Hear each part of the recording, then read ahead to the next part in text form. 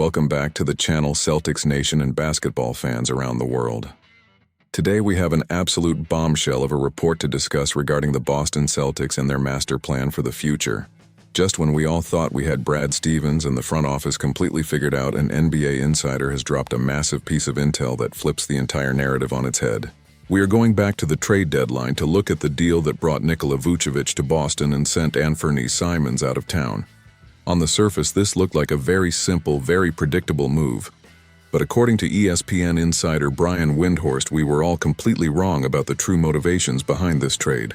If you thought Vucevic was just a short-term rental to get through the playoffs, you are going to want to hear this because the Celtics might have just secured their starting front court for the next 3 years. Grab a snack, get comfortable, and let us dive deep into the real reason Nikola Vucevic is wearing Celtics green. To fully grasp the magnitude of what Brian Windhorst just revealed, we have to rewind to the moment the trade was announced. When the news broke that Boston was swapping Anthony Simons for Nikola Vucevic, the entire basketball world nodded in agreement. It made perfect logical sense for a few very obvious reasons. First and foremost, it was a financial maneuver. We all know the Celtics are dancing around the luxury tax and the second apron penalties. This trade was widely viewed as the major domino that needed to fall for the franchise to successfully duck those massive financial penalties. Simons was making over $27 million, and Vucevic was making a similar amount, but both contracts were expiring. By making this swap, the Celtics saved a good chunk of change in the immediate term while balancing their books. Secondly, from a pure basketball perspective, they attacked their greatest area of perceived weakness. The Celtics needed size. They needed a proven veteran. They needed a former all-star center who could stretch the floor, hit the three-point shot, and provide legitimate post-scoring when the perimeter offense gets bogged down in the playoffs. Vucevic checked every single one of those boxes. He was the perfect rental. And then there was the Jayson Tatum narrative.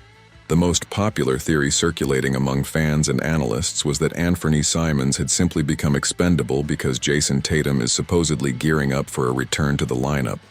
The logic was that when Tatum comes back, he will absorb all the offensive usage and ball handling duties, rendering Simons unnecessary. So the front office simply flipped a redundant guard for a much-needed big man to make a push for the championship this very season. It was a neat, tidy explanation that everyone accepted as gospel. Everything seemed to come out in the wash. It was a classic Brad Stevens transactional masterpiece. But hold on to your hats because Brian Windhorst just completely shattered that narrative. Making an appearance on the Big Number podcast with Tom Haberstroh, Windhorst shot down the idea that this was just a short-term rental or a simple reaction to a potential Jayson Tatum return. Windy explicitly stated that the interest the Celtics have in Nikola Vucevic is far deeper than what meets the eye. According to Windhorst, the front office made this move with a very clear eye toward the future, and their ultimate plan is to sign Vucevic to a new contract extension in the upcoming offseason. Let that sink in for a moment. The Celtics do not view Vucevic as a hired gun for a 3-month playoff run. They view him as a foundational piece for the tail end of his career. Windhorst went on to explain the brilliant salary cap mechanics behind this strategy. The Celtics are operating over the salary cap. If they had simply waited until the summer to pursue Vucevic in free agency, they would not have had the available cap space to offer him a competitive contract. By acquiring him via trade now while he is on an expiring deal, the Celtics also acquired his bird rights. For those unfamiliar with NBA salary cap rules, bird rights allow a team to exceed the salary cap to retain their own veteran free agents. This was not just a trade, it was an act of pre-agency. The front office knew they had zero interest in bringing Anthony Simons back next season on a new massive contract. They also knew they needed a long-term solution at the center position, so they essentially traded the expiring contract of a player they did not want to keep for the expiring contract and the exclusive negotiating rights of a player they desperately want to keep. It is a brilliant display of asset management. When you really break down the current state of the Celtics roster, this long-term strategy makes an incredible amount of sense. Look at their center position. What is the long-term plan there? The reality is that there really is not one set in stone. Yes, Neemias Queta has been absolutely awesome this season. He has been a revelation, bringing energy, shot blocking, and rim running to the starting lineup. He absolutely should be given a contract extension and cemented as a crucial part of the rotation going forward. But after Queta, the depth chart gets very murky. Luka Garza has played some solid minutes, but he is still a defensive liability in certain playoff matchups. Amari Williams is a very intriguing prospect, but he is still a long shot who is nowhere near ready for the bright lights of primetime NBA basketball. There is no magical savior waiting on the horizon. There is no elite young center walking through that door in free agency. So what do you do if you are Brad Stevens? You target a savvy veteran like Nikola Vucevic. You target a guy who has seen every defensive coverage in the book. A guy who can execute a pick and pop flawlessly. A guy who is a phenomenal passer out of the high post. If you think about the architecture of this Celtics team, they rely heavily on big men who can process the game at a high level and keep the ball moving. They have built an entire offensive system around the skill set of Al Horford over the last decade. Horford is the ultimate connective tissue for this franchise. But Father Time is undefeated and the Celtics need a succession plan.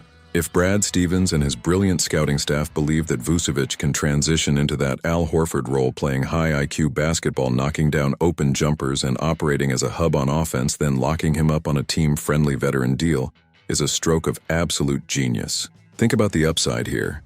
It is a low-risk, high-potential reward scenario. The Celtics dumped a salary they did not want, they deduct the luxury tax. They improved their current playoff rotation and they secured the bird rights to a highly skilled big man who fits their offensive philosophy perfectly.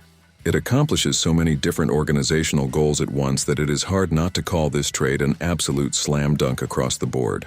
The front office in Boston has a phenomenal track record with these exact types of marginal value moves. They consistently find market inefficiencies and exploit them. If they believe Vucevic is the guy to pair with the Jays for the next 2 or 3 years on a discounted contract, who are we to doubt their evaluation? They have earned the benefit of the doubt time and time again. However, as with everything in the NBA, there is always a flip side to the coin.